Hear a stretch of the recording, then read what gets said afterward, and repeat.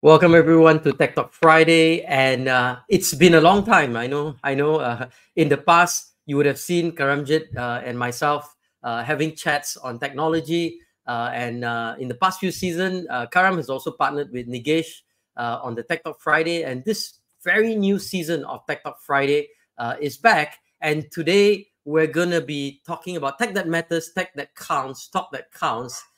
And today the focus is going to be on cybersecurity. And with me today will be a very special person, the CEO of Cyber Armor and the founder of Full Armor, Danny Kim, is going to be joining us shortly in this show, and we're going to go deep, really deep, in this space of cybersecurity. We've seen so many hacks over the last couple of months, couple of years, where even smaller organizations are getting hacked today, and we've seen countless organizations struggling with this whole concept of technology and cybersecurity, especially. So with that, let me introduce Danny Kim. Danny, welcome to the show. Really glad to have you with us, Danny.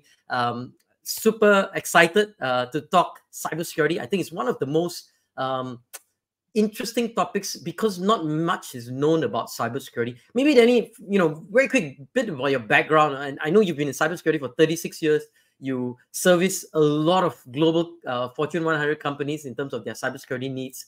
You develop amazing cybersecurity products with Full Armor. But tell us a bit about your journey and how you got into cybersecurity. I think 30 plus years ago, right? 36 years ago, 37 years ago. Yeah, I was in cybersecurity before it was called cybersecurity.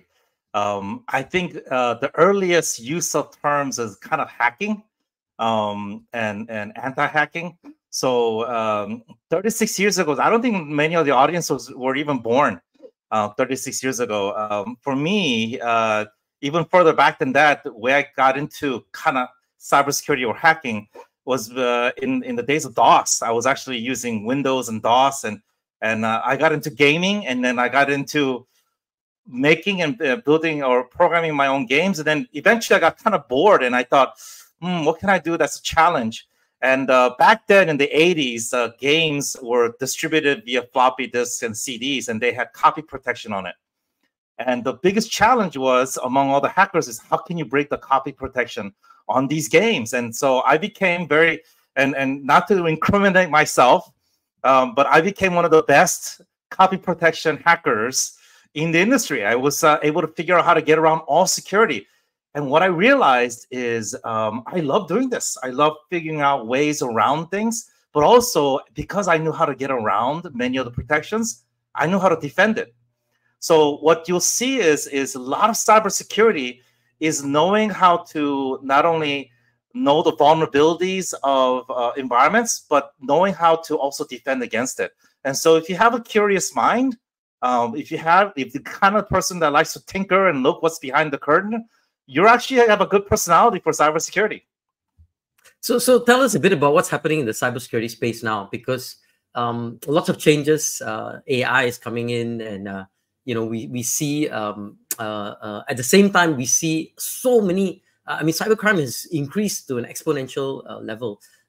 What's driving this? And I know Malaysia is one of the top 10 countries that are hacked, right? And I know US is number 1, makes sense, but for Malaysia to be number 8 seems very interesting. Tell us a bit about your understanding of what's happening in this space. This space is blowing up because as we get more and more interconnected, as computers are networked and businesses are also interconnected. So it's not about attacking just one business. You can attack one software vendor in a supply chain of businesses, and you can actually affect the whole industry as a whole. And cyber hacking has come from hobbyist hackers, the kids in the mom's basement, to criminal activity that's actually making a ton of money doing this criminal activities. Actually, the latest figure and very conservative figure is that next year alone, we're going to see $10 trillion with the T, $10 trillion worth of cyber criminal losses across the world. That's huge. And so again, there's an incentive for cyber criminals.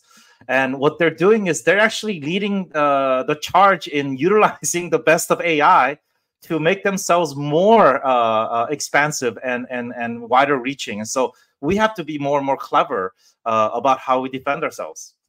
And the types of attacks have changed, right? I mean, I know in the past you talked about data breaches, 2005 to 27, and there were a ton of them, right? I mean, a ton of data breaches that were happening. But the types of attack today have changed, right? I mean, if you look at some of the recent attacks over the last couple of maybe last year, I mean, talk us through some of these things. Yep, Danny, talk us through some of the attacks that have happened over the last couple of in 2023 specifically. Yeah, if you look at the attacks, they've been increasing in not just sophistication, but if you look at this, it's just the who's of both technology firms like Okta, which does single sign-on. Imagine having your single sign-on vendor be hacked, so that all your single sign-on activity is compromised, to MGM, to supply chain vendors, to even smaller online cloud vendors that are in operation. So nobody's immune. Actually, every sector that we're looking at is being attacked in all different various ways. One of the things that you did was to look at the MGM kind of attack, right? And how it happened. I mean, it's quite interesting how MGM was attacked, right? Because it wasn't attacked directly. It was kind of behind the scenes through one of their admin, IT admin persons, right? Talk us through that a little bit. Yeah, this is what's called a social engineering attack, and I bring this out as a case study a lot of times because people don't realize that, they think hacking are just computer criminals behind the firewall in a network somewhere and trying to break in through technology means. But actually, because we are so prevalent in social media, what hackers are doing is they're finding your profile, like Roshan. Just say someone decided they want to hack into your company. What they'll do is, they'll figure out Roshan is the CEO of Leaderonomics, and you know what? We're going to find out everything about Roshan. And so they go online to your social media, to your LinkedIn, to your Facebook, to your Instagram account. They'll look up your kid's school. I mean, they will know every detail about you. And then they will use that data to go into the corporate help desk. They may call your help desk person and say, hey, and they'll actually recreate your voice. So as long as you have recordings out there, they can actually recreate your voice. And suddenly there's a phone call that comes from someone with Roshan's voice saying, hey, I just lost my password. I don't have my phone with me. Can you reset it? And then you'll have a conversation about, I'm at my son's graduation, and enough detail that the other person will be fooled into thinking, this is Roshan. It's his voice. We got his personal information. Let me reset it for you, Roshan, just right now. And all they need is literally a few minutes. Even if the real Roshan calls in and says, hey, I didn't do this, they only need a few minutes because they have all the batch files and automation set up. So as soon as they get an entry in, they install a virus or install a Trojan horse, and that's it. Even if you then reset Roshan's account, they've got an entryway in, and you'll see in these flow charts, they're very sophisticated in the way they attack, right? They'll actually go and they know exactly what to look for. And in this scenario, they actually went into the Okta administrator account and then compromised the single sign-on and then put in a mini Trojan horse that allowed their account to sign in with admin privileges. And then they didn't need Roshan's account anymore. And this happened once they got in, they were just waiting until they could find the vulnerable systems. And they waited for, we think, not just weeks, but sometimes months. Yeah. And Danny, I guess one of the things that I think is interesting is that typically this is not just happening to big companies like MGM anymore, right? It's happening. I mean, we just saw this in Malaysia or in Singapore, actually. A law firm, right, was held ransom, and they paid $1.8 million just to get their sort of data and some of the other files back. So they're going after hospitals, schools, and you see that not just in the US, right, but also in Malaysia. So let's talk about Malaysia a little bit. Top 8 in the world. Why is that? Well, cyber criminals are they're not doing this just for a challenge or bragging rights. So a lot of times before, they'd be like, okay, let's go after Walmart so we can have bragging rights.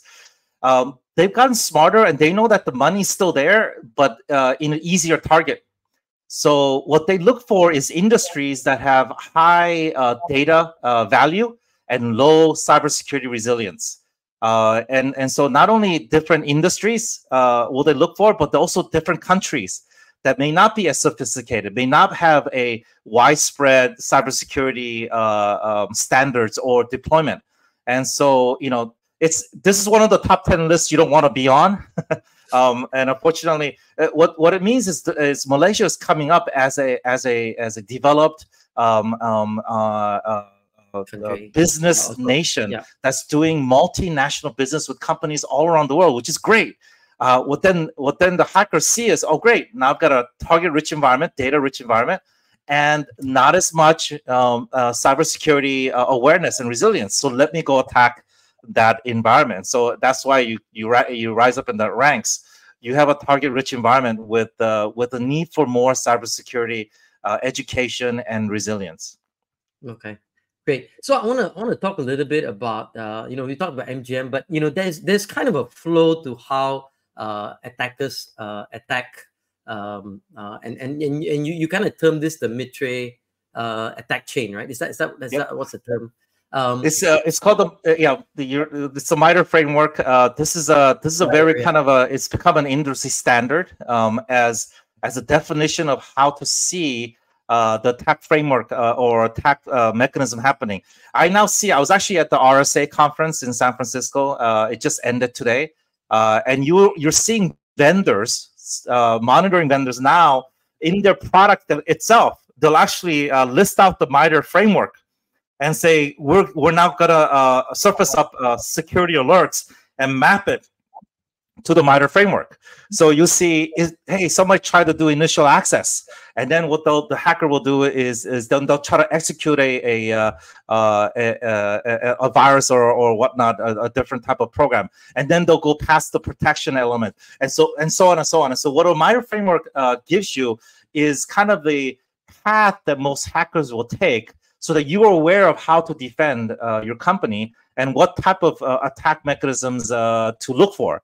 So it's a great, again, there are people who spend days in training on how the MITRE framework works, how it maps to your company, what type of technology and products and monitoring you need to put into place to be able to protect against it.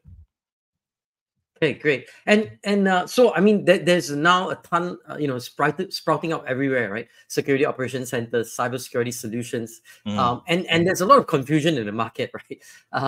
Which product should I use? I'm already using Microsoft Defender. I should be fine. And there's all kinds of and then there's enterprise protection, there's individual protection, and all that stuff that's happening. I mean, you've been in the industry for 37 years now. So you've kind of seen the evolution of back then, it was hacking games and stuff, to today, it's ransom, it's really encryption, encrypting your data and holding you hostage, and a whole bunch of other things that have taken place. Talk us through where you think the state of cybersecurity is today, and where do you think it's evolving, and where does cybersecurity come in, right? I mean, so we know the attacks are going to mean, you said that, it's in the trillion, right? 10 trillion the losses that are expected this year in 2024. So we know cybercrime is going to increase, but what's the state of cybersecurity, the reaction to it, the policing of it, and where do you think it's moving? And I know your organization, Full Armor, you've developed a product together. I know Cyber Armor is distributing it. That is probably ahead of most of the others, right? So maybe you can share a little bit on where the state of cybersecurity is and where you think it's moving. Yeah, it's a very broad and good question. But the best analogy I give with cybersecurity is cybersecurity. There's two industries that will never go away. Okay, if you want a job that's secure for the rest of your life, for the rest of your grandkids' life, there's two job areas. One is medicine, because everybody's going to eventually get sick and die. So there'll always be sick people, and there'll always be diseases. There's always be viruses that will pop up that'll continue to infect us. The second one is cybersecurity. We will continue to be more connected. There'll be more industries interconnected. There's more data that's going to be now cloud enabled and available. There's always going to be cybercrime. There's always going to be cyber criminals, because it's the easier path for people to get into, to extract money and to do crime, and then going in and robbing a local bank. You know, if I was a criminal today, I wouldn't go and take a attack on brick and mortar areas. I'd go into cybersecurity. So that's really the case. The state of cybersecurity is, unfortunately, the activity of criminal activity is increasing significantly.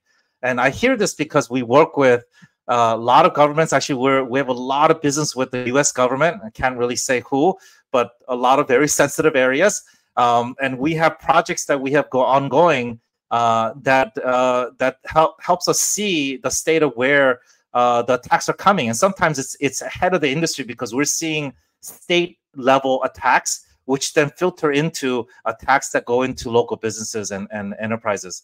And the sophistication of these attacks is very alarming. And that's, you know, I don't want to be an alarmist in that way, but actually it's better to be prepared, because, hey, here's a definition of, or here's a trending of how things are coming. And if you look at just the numbers alone, cybercrime and the increase of cybercrime across not only industries but countries are increasing, on sometimes doubling, tripling every year or every quarter at times. So there's an alarming trend, but more so what we're seeing is the sophistication of attacks are also increasing. So one of the things that most advanced cybersecurity professionals have realized now, you know, maybe 5 years ago, the whole purpose of cybersecurity is, hey, let's defend. If I'm the body and I'm trying to defend myself, let's put on bacterial proof shields and make sure we're not going to get hit by bacteria and viruses. Today, most cybersecurity professionals have resigned to the fact that the hackers and criminals are already inside your network, and you need to learn how to mitigate the fact that the hackers are already in. And that's an uncomfortable thing to think about, that you have hackers inside your network. What do you do? Defending the outer boundaries you still need to do that, but it's not the only solution you need. Right. So you and your team actually have developed a new solution, right? Something that is and I know it's called SSHepherd, right? It's kind of a different approach to looking at cybersecurity, a stealth and containment approach, and it's really about eliminating the network attack surface. So talk us through this new thinking. How do you come about getting into this? Because as you looked at it and you know that the hackers are already in the system, then how do you protect your critical assets and your critical information and so on? Because they're already in the system. Then how do you manage them, or how do you eradicate them from accessing your data? Right? So that's kind of the thinking that came. Talk us through that a little bit. Yeah. The way we came up with an idea is, to be honest, it was actually by mistake, random. One of my developers decided to bring up a virtual machine, an empty VM, to do some workloads, and he went out for lunch, and then he came back about an hour later and literally had 2,000 to 3,000 attacks on it. And it's an empty VM. So he was just kind of frustrated and pissed off and whatnot. Then he started to realize, wait, how did they find my VM and why was it being attacked? And what he realized is there's a hacker attack bots everywhere, and what they're looking for is target-rich environments. And how do they find these target-rich environments? A lot of times, many times, what they're doing is they're doing searches for open ports, which gives you the ability to find all the targets. And so when you bring up a new virtual machine, you got open ports everywhere. Same thing with every system out there, websites, databases, whatnot.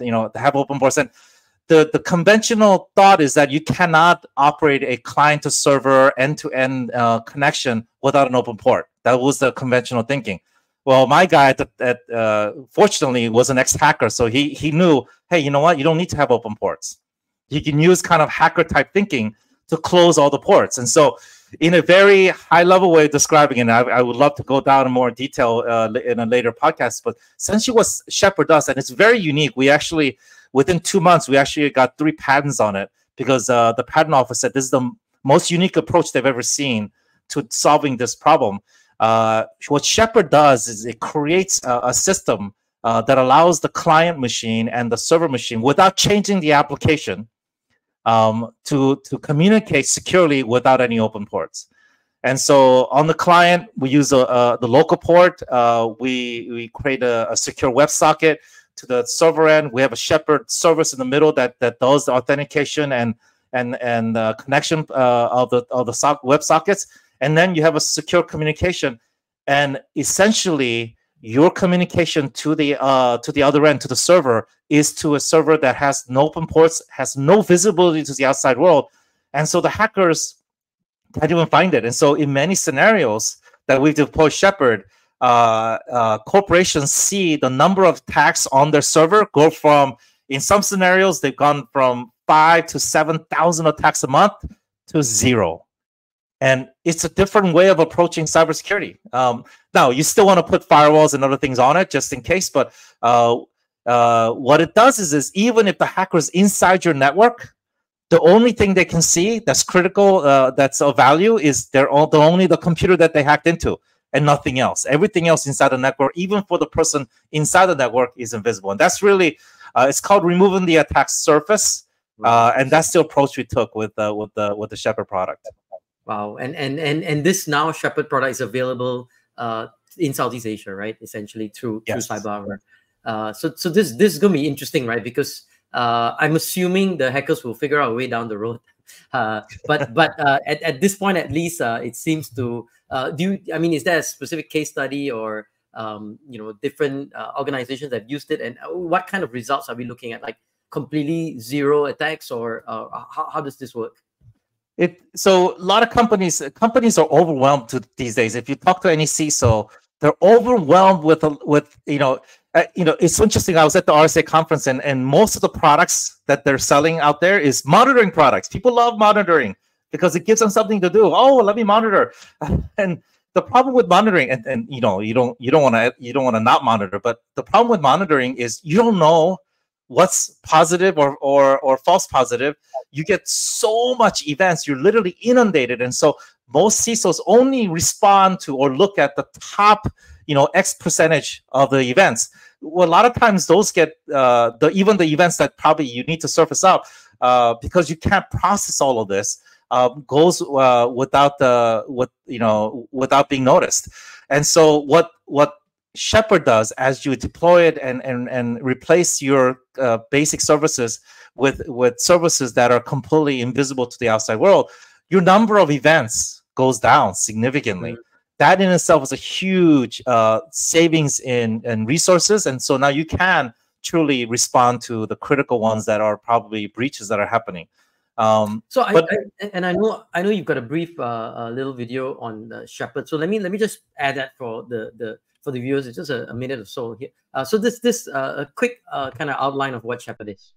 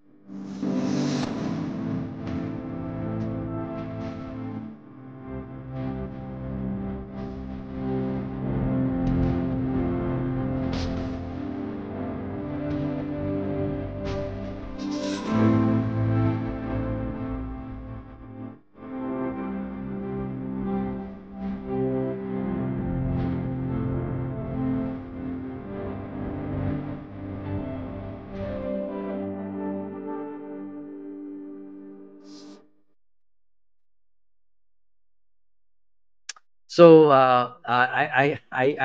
if this is, hopefully this will kind of change the world of cybersecurity. Somewhat, right? I think it'll give a new tool, way of addressing the sophistication of attacks that are coming in. When you add AI to the level of expertise that hackers are using, it really becomes a daunting, if not a very difficult task to keep ahead of hackers. What this does is it doesn't matter what type of attack. If they can't even see your computer, they don't even know to attack it. And so we're starting to see very interesting use cases coming out of this. Our next version actually is going to be IoT ready, meaning we can actually now make IoT devices invisible. And that's, for a lot of companies, that's a huge, huge. People don't realize that IoT devices are full operating systems that are running inside your network, unmonitored a lot of times, and a huge security breach. And to be able to make those IoT devices invisible but allow your applications to connect is a huge value add. Wow. And there's a question from Marissa. I guess you somewhat answered it, right? AI and maybe not blockchain, but I mean there is things like what you talked about, the new technologies, IoT and stuff that is going to be embedded in. I'm assuming also as you upgrade Shepherd to the next level, you'll be embedding a lot of these new technologies into the definitely. We want to stay ahead of the hacker community. What they're doing is they're using AI to make the stuff that they've been doing more efficient, if you can imagine. What used to take, maybe if I did a social engineering attack on New Ocean, a standard hacker may spend days trying to hack your social media and all of that. They can now do that with AI, maybe within minutes, maybe within an hour. Imagine the number of social engineering attacks that can happen as a result. And that's just one example, but everything else the hackers have been doing have now become more efficient. Now, I believe AI is going to have already created productivity gains in many areas, but the thing is, it's also being used for nefarious purposes as well. Yeah, absolutely. Now, Danny, we always have a quick fire round in our tech talks, and usually it's about it's about getting the guests to answer within a minute each question. I mean, the shorter the better. So I'm gonna give you 5 questions, and you gotta quickly answer them in a kind of kind of a firing way, quick fire way. So here's question number 1. What's your favorite non-tech related topic or subject? Space. I'm a huge proponent of NASA and doing a lot of experiments in space. And you have also started Space Quest, and you one of the first guys to put internet in space, right? Yep. So I mean, space and education. That's yeah. Although you said non-tech related, but yes. Yep, absolutely. Okay. Since you started out 36 years, what has been the worst cyber attack? Worst cyber attack is probably one that we caused ourselves accidentally. And I'm not sure if I can say this publicly, but we did a software release to a major retailer. Think about the largest retailer in the world. And we released that software with a critical or severe bug, and it ended up crashing every retail store in the nation, in the US, bringing down the whole retailer. So yes, that it was an unintentional cyber attack that was caused unintentionally. But the thing is, those are something that happens as well. And that's probably the worst thing that's ever happened that I can remember. That's a story we should talk about one of these days. Why is change so hard for cybersecurity professionals, yet so easy for hackers? Cybersecurity professionals are working in a corporate environment. Corporations have procedures, guidelines. They have different departments that they have to go through. Hacker doesn't care what departments he goes through to get to your data. So when a hacker comes in, he may go through 4 or 5 different departments and operational systems, coming in at a server, going into a Linux server and a Windows server, and a Windows laptop and a Mac desktop. That you just went through 4 departments that don't even communicate many times. And so cybersecurity professionals have to battle the politics and the communication across these departments. A hacker can go through all of that within a day or minutes. All right. Got it. I'm not sure you know this, but name a movie or series that you think everyone must watch on cybersecurity or cybercrime. That's a good question. Even the latest movies that has come out, almost every movie, if you think about a major blockbuster that's come out, right? From Tom Cruise and all this, it's all on cybersecurity. So now some of it is a little bit exaggerated, but what you'll realize is when Hollywood movies are coming out and almost all the themes are on cybersecurity crime, you start to realize that this is actually a very is a problem that everybody has to deal with. Yep. And the final question for you today. what's the best cybersecurity product out there today? And you can be best biased. cybersecurity product is you, meaning, and that's one thing that gets overlooked too much. It's educating and equipping people to be more cybersecurity resilient, cybersecurity aware, and to a large degree, you know, there's 3.5 million cybersecurity jobs out there that's unfulfilled, and the reason why is because it's not because of lack of course material, it's because there's lack of hands-on training. So the best cybersecurity product is you, and in the US, we have 700,000 cybersecurity jobs unfulfilled. The US government considered that a national emergency, a national threat. And so you could be the best cybersecurity product, being aware of all the different tools and products and systems out there that you can train yourself on how to use. I like that. I want to close out with Shepherd, this new way of cybersecurity, because there's a question from Bala Murugan that asks, how big a team do we need to implement these protections? I think specifically he's talking about Shepherd. Yeah, that's a great question. One of the biggest hindrances in deploying a lot of the cybersecurity solutions, because it's so invasive, and to a large degree because it has to restructure your network architecture, you know, put in new firewalls and VPN solutions. It's actually it takes so long and so much manpower to install, because you're still defending the castle, right? And you got to bolt your defense system on top of your castle. What's really interesting, and this is one of our biggest selling points that I don't actually bring out as much. SSHepherd, because it's a point-to-point solution, removing the attack surface, we usually deploy within hours or days. And it really only requires, actually, we've done a deployment with a large department in the US government, and it took us 1 day. And so the ease of deployment, because it works on top of the existing infrastructure, and it really only requires the installation of our agent on the target end, and then removing the attack surface.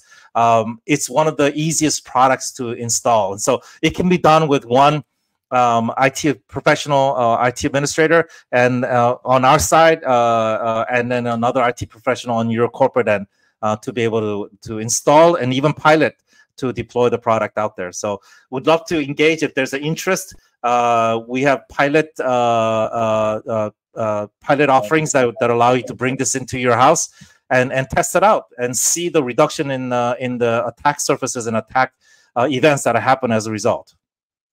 And then you've taken on this new role as CEO of CyberArmor. Talk to us maybe in 30 seconds what CyberArmor does and how they can help Malaysian businesses. CyberArmor, we launched this company because it's really the services arm of educating people in cybersecurity and deploying the best-in-class solutions. And one of those is obviously Shepherd from Full Armor. But what we saw, you know, Full Armor is developing these innovative solutions. We saw the other end of the spectrum, where we need to both educate and help services that deploy these solutions to the corporate market.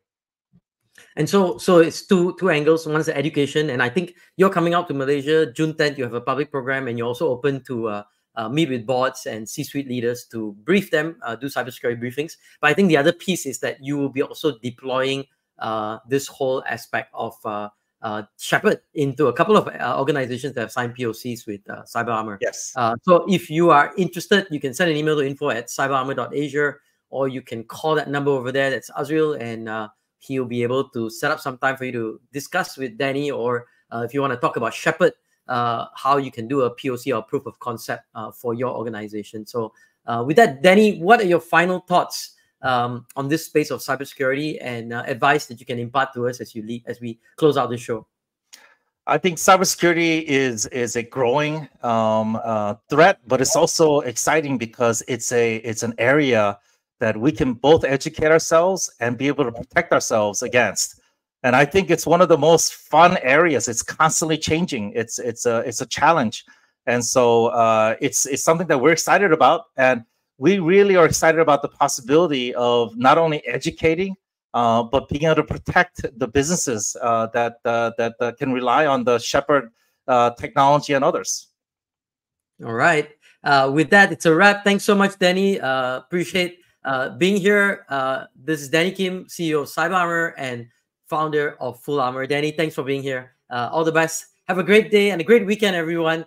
Here's Tech Talk Friday, the new season, first episode here with Danny Kim. Thanks, everyone.